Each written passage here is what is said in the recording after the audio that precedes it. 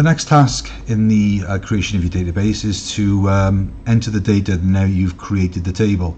So last time we looked at the tables, and you used design view, okay, to enter in the field names, the data types, and the descriptions, as well as changing the field sizes. Okay, so you can see that on my text fields here, I have changed the field sizes to match my design.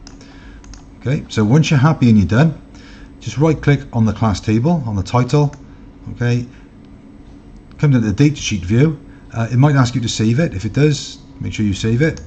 Okay, and you can see I've already started entering in my data, so I've entered in my first record.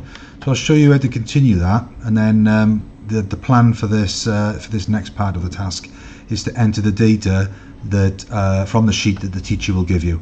Okay, so I'm going to start entering another random record. Okay, you'll type yours from the sheet. So this is my number 2, and I'm going to type in Brodie Morgan Welsh Blue Brown December. Favorite color was purple.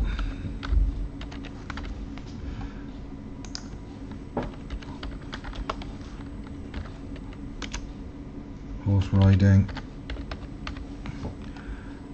No brothers or sisters. Newport. Have pets. 7th of 12th 2001. Okay, so there's another record entered.